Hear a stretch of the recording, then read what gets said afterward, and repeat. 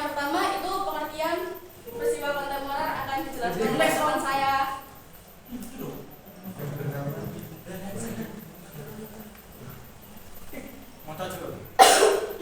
Peristiwa kontemporer sejarah kontemporer ini adalah sejarah yang menelusuri peristiwa pada masa yang relatif dekat dan sejarahnya atau dampaknya masih terasa hingga sekarang.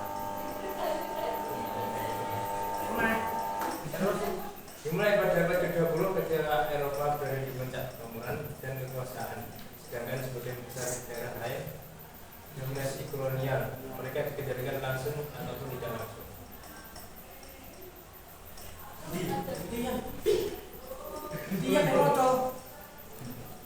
Yang pertama itu runtuhnya Vietnam Selatan. Perang Vietnam merupakan salah satu dari beberapa konflik semasa Perang Dingin antara Amerika dan Sekutunya menentang Uni Soviet dan Sekutunya. Dua kubu yang paling berperang adalah Republik Vietnam Selatan dan Republik Demokratik Vietnam Barat.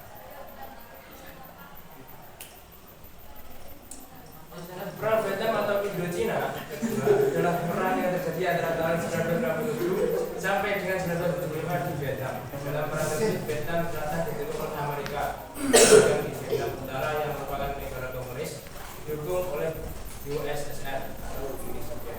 Pada akhirnya Vietnam Utara berhasil menang melawan Vietnam Selatan yang dibantu oleh Amerika dan berhasil menyatukan dua negara yang terpecah dan menjadikannya sebagai negara sosialis. Selain itu, Vietnam Utara juga memperluas pengaruhnya ke negara di sekitarnya, jadi Laos dan Laos pun mengikuti ideologi dan jalan hidup sendiri. Lanjut yang kedua itu runtuhnya Afrika Selatan dan di materi.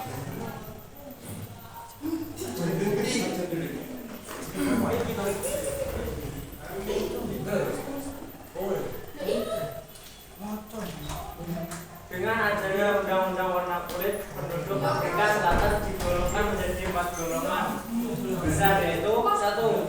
Kulit putih, 2. Suku bangsa batu, 3. Orang Asia yang kebanyakan orang Pakistan dan India, 4. Orang kulit berwarna darah campuran.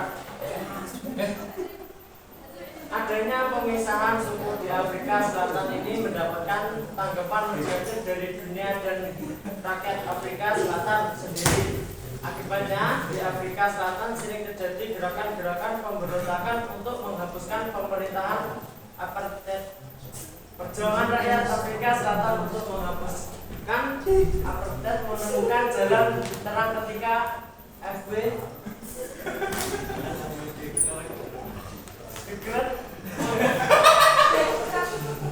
menggantikan posisi Botha sebagai presiden di Afrika Selatan.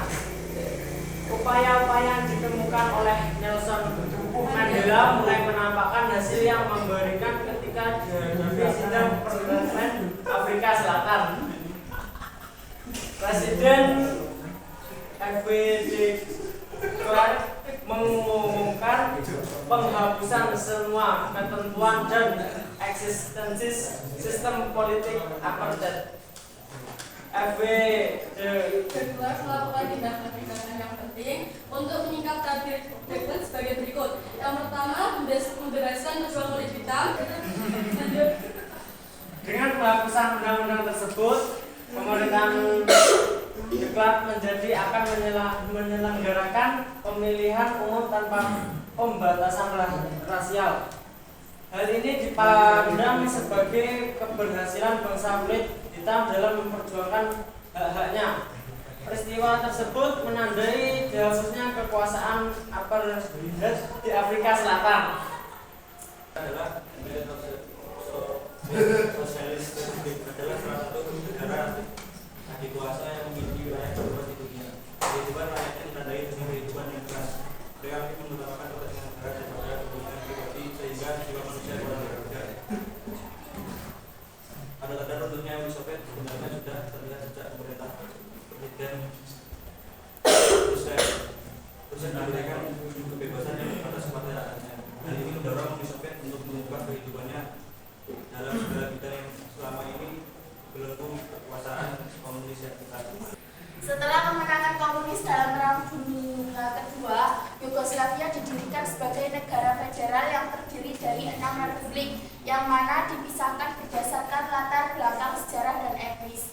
Model pemerintahan Yugoslavia beserta Jalan Tengah di antara ekonomi terpimpin dan liberal yang dianggap merupakan sebuah keberhasilan dan negara tersebut pun mengalami masa-masa pertumbuhan ekonomi yang tinggi serta politik yang relatif stabil sepeninggalnya pada tahun 1980. Sistem pemerintahan federal yang melemah tidak lagi mampu menangani tantangan politik dan ekonomi yang semakin sulit. Contohnya tembok Berlin. Pasca pecahan Uni Soviet, banyak negara di Eropa Timur yang meninggalkan ideologi komunis. Dalam perkembangannya, wilayah Amerika Serikat, Perancis, dan Inggris menjadi satu wilayah pada 1949. Sedangkan wilayah Uni Soviet tidak ikut bergabung. Akibatnya wilayah Jerman kemudian dipecah menjadi dua bagian, yaitu Jerman Timur dan Jerman Barat. Jerman Timur yang dimiliki oleh Uni Soviet berhaluan komunis, sedangkan Jerman Barat berhaluan liberal kapitalis. Pemecahan wilayah tersebut semakin jelas saat dibangunnya tembok Berlin pada 13 Agustus 1961. Tembok Berlin adalah simbol terjadinya perang dingin di Jerman karena perbedaan ideologi tersebut. Dampak dari adanya tembok Berlin yang paling dirasakan adalah larangan berkunjung di antara dua negara tersebut. Tembok ini terbagi menjadi dua dinding dengan jarak di antaranya yang berisi rantai dan menara pengawas, serta menjadi garis pemisah fisik dan ideologis ke atas ini. Sebelum mengakhiri, izinkan aku mengatakan bahwa kita semua memiliki kesamaan. Apa yang baru saja putusan dikisahkan, dan aku pun sama. Terima kasih. Sekian presentasi dari kami. Dari teman-teman, kalau memang ada pertanyaan bisa ditanyakan seputar presentasi materi yang sudah disampaikan tadi.